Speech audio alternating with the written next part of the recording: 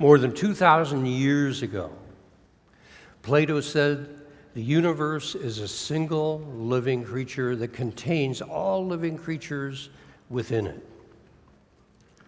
And the theme here, awakening, is intimacy with a living universe. Awakening is intimacy with a living universe. It isn't something that simply happens inside of our physical bodies. It has to do with our relationship with the totality of the cosmos.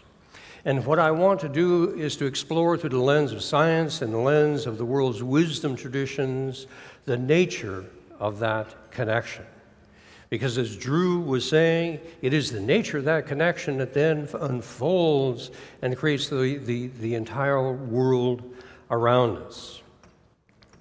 So I want to go into the world of science briefly and into the world of spirituality and explore the nature of that connection.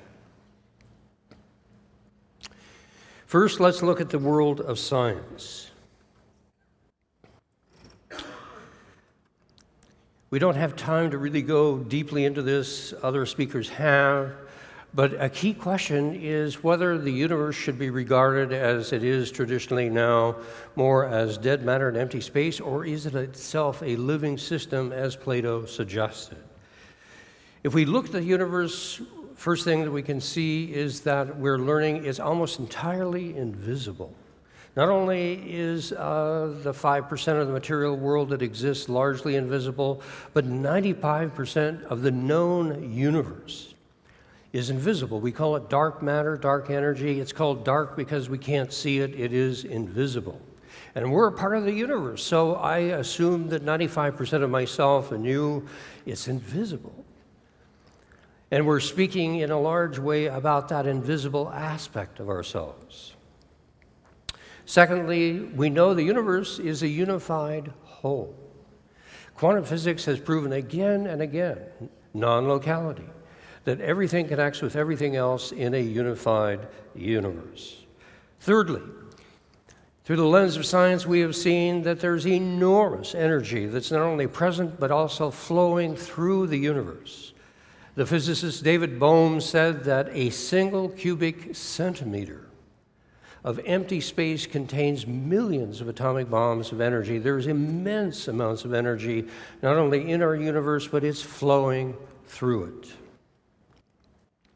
Consciousness, sentience, a knowing capacity that's appropriate to the form where it is found. We're finding that throughout the universe, not only in animals, but also in plants, clear down to single-celled organisms, and now down to the atomic level. The eminent physicist Freeman Dyson said about the electrons moving in the electron shell, they seem to move as if they had a mind of their own. As if they had a mind of their own. Now, if consciousness is down there at the atomic level, it means that consciousness was there with the birth of the universe, because that's when atomic matter formed. And what we then have is a universe that's co-evolving matter and consciousness throughout these billions of years. Lastly, freedom. Quantum physics is saying at the foundations of the universe, it isn't a machine, it isn't deterministic, it's probabilistic, and that means that we live in a universe that has freedom at its very foundations. Now, if we begin to put all of these qualities together, and there are more, we can ask, does this point towards a dead or a living universe? And I would suggest it points towards the universe as a living system. So we can go back to Plato and say, yes, 2,000 years ago and more, he was right. The universe is a single living creature, and it contains all living creatures within it. And so then the question is, what is the nature of our relationship with that aliveness? What we're seeing in conferences like this is that we're moving from a view of the universe from mostly dead matter and empty space to that of a living system. That means our aliveness participates in the aliveness of a larger system. And I wanted to explore the nature of that connection. The cosmologist Brian Swimme says that at every moment the universe emerges out of an all-nourishing abyss. The universe emerges out of an all-nourishing abyss. So it isn't simply that we're interrelated in a lateral sense. It is that the universe, in the new science, the universe is emerging in its totality at every moment, every moment, every moment. And the intelligence and energy that has the capacity to create the entire universe is also flowing through us. So there's two kinds of connections. There's the lateral connection of participation, and then there's the deep connection of the emergent universe, a co-arising universe, where the energy of and intelligence of the universe is flowing through us. Okay, let's turn to the world's wisdom traditions. How do they regard the universe? This has been a fascinating study for me for the last 30 years. So let's quickly go through the wisdom traditions of the world. First, Christianity. The famous mystic Meister Eckhart said, God is creating the entire universe fully and totally in this present now. Everything God creates now all at once. Very similar to what Brian Swim was saying, the universe emerging at every moment out of an all-nourishing abyss. Being created right now at every moment. We turn then to Islam and the wisdom of Rumi. And Rumi says, every moment the world is renewed, but we, in seeing its continuity of appearance, are unaware of it being renewed. Life is like a stream. It arrives new and fresh at every moment while it appears constant in its material form. Same theme that was coming from Christianity. We turn to Hinduism. Here we see the image of Shiva, the dancing Shiva. Shiva is dancing out the creation of the universe. That's what that image is about. And from Sri Nisargadatta, we see this quote, which is reflective of the Hindu thought. The entire universe contributes incessantly to your existence, hence the entire universe is your body. Turn to Buddhism. The Buddha described his awakening as the knowing of the interdependent co-arising of reality. Not only an interdependent reality, but co-arising. So there's a lateral connectivity, and there's an emergent vertical connectivity that is described in the Buddha's awakening. A contemporary Zen priest, D.T. Suzuki, says, "My solemn proclamation is that a new universe is created at every moment." Taoism, the wisdom of Lao Tzu, the Tao is the sustaining life force and the mother of all things. From it all things rise and fall without cease. The Tao is the mother of the universe. And we live in a daughter universe. There is a deeper generative ground, a mother universe that is sustaining and holding and giving birth to us moment by moment by moment. Indigenous or First Peoples, from the Lakota tradition, we see the thought that there is no such thing as emptiness in the world. Everywhere there's life visible and invisible. The Kalahari Bushmen, as well as the Aborigines in Australia, have the thought that there is a dream dreaming us. And the Mother Universe is the deeper dream time out of which the dream of this reality is emerging moment by moment. So, a core idea. We live in a living universe that arises moment by moment as a unified whole. And that's coming both from the lens of science as well as the lens of spirituality. And we can say the power of now comes from realizing that in the now, not only do we experience the lateral connectivity of our awakening, we experience the emergent connectivity of our emergent connection with a living universe that's giving birth to itself, moment by moment. So the ancient wisdom of non-duality is now beginning to connect with the insights from modern science. And for that to emerge in the world, we can see that it's happening. This is extraordinary. I've been watching this now for decades. In 1962, a study was done by the New York Times said, have you ever had a mystical experience where you felt at home in the universe, where you felt love at the foundations of the universe, where you felt like you belonged here? 22% of the adult population in the United States said, yeah, I've had that experience. And year by year, this has been followed by different studies. Half a century later, essentially, 2009, instead of 22%, it's 49% of the American adult population has said, yeah, I've had that experience, that mystical experience of connection, of communion with the living universe. We're waking up. This is happening. And it's measurably happening year by year. Now, for this awakening to spread throughout the world is going to require a great transition on the earth, an extraordinary transformation. It's going to involve, and we're in the midst of it, I feel right now, a global systems crisis, a rite of passage through the fire of initiation into a new world, a new world circumstance. And so quickly going through some of the elements of the global systems crisis that we're facing right now, for example, climate disruption.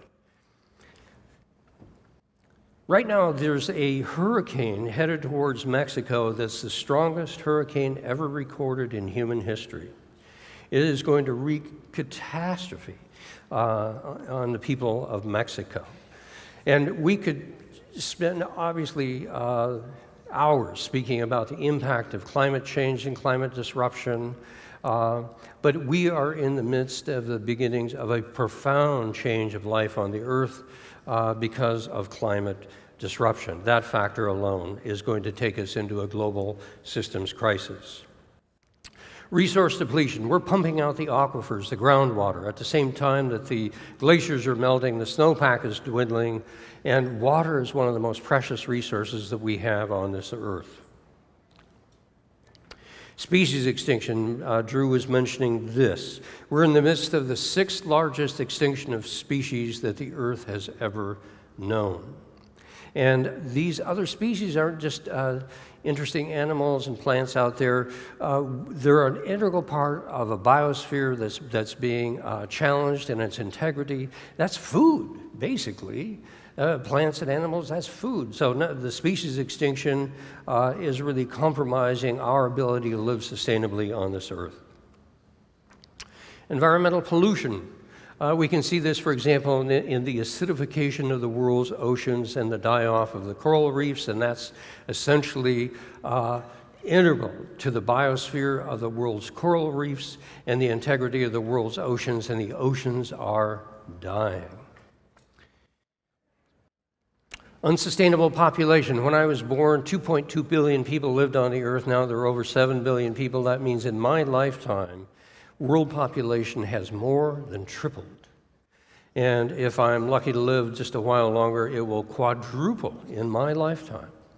And if you would imagine you were an urban planner for the earth, your job would be month by month to take a city the size of Chicago, Philadelphia, metropolitan Los Angeles, 7 million people, and every month, find a place for 7 million, 7 million, 7 million, 7 million. That's the rate at which we are growing the population on this earth. It's been estimated again and again that the carrying capacity of the earth is roughly 2 billion people with a middle-class lifestyle and a healthy biosphere. If we have 7 billion going towards 9, maybe even 11, we are at least 7 billion people over carrying capacity, and that means we either give up the middle-class lifestyle or we give up 7 billion lives. That is a global systems crisis. The product of that is already we're seeing food shortages, famine, and that's driving the largest refugee crisis in part since World War II. And we're just beginning. We're just beginning to create this global systems crisis. Now, to move from crisis into a more healthy future, we need a new story. Drew was talking about this. Our story is our future. What is the story? The American dream is becoming the world's nightmare. What is the story that is a story of a more promising future? We need a story that's stories that are universal.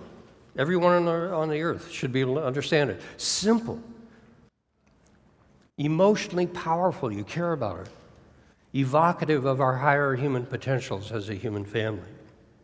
Let me suggest a few.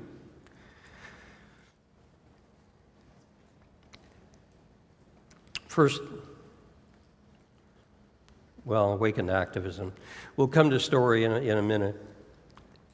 5 areas of awakened activism to respond to a world and systems crisis. First is choosing more sustainable ways of living. And I've done a lot of work on simplicity of living, and a core conclusion is that consumerism makes sense in a dead universe. What matters most is matter. The more matter you have, the more you must matter. On the other hand, simplicity makes sense in a living universe. What matters most is your connection with the aliveness and getting rid of the clutter and complexity that gets in the way of that connection. Another area of awakened activism is building new forms of community. Co-housing and eco-villages. This picture is taken from a co-housing community that my wife and I lived in for several years, not so far from here. And co-housing and eco-villages can aggregate into a larger creation, that of transition towns and resilient communities. Third area of awakened activism is awakening our collective consciousness. And the global brain is now waking up. 3.2 billion people now have access to the internet. By 2020, it'll be 5 billion people have access to the internet, and Earth voice movement can emerge. The Earth can have a voice that transcends the gridlock of nation-state politics. A fourth area of awakened activism is what I was mentioning earlier, creating great transition stories. The first is humanity is growing up.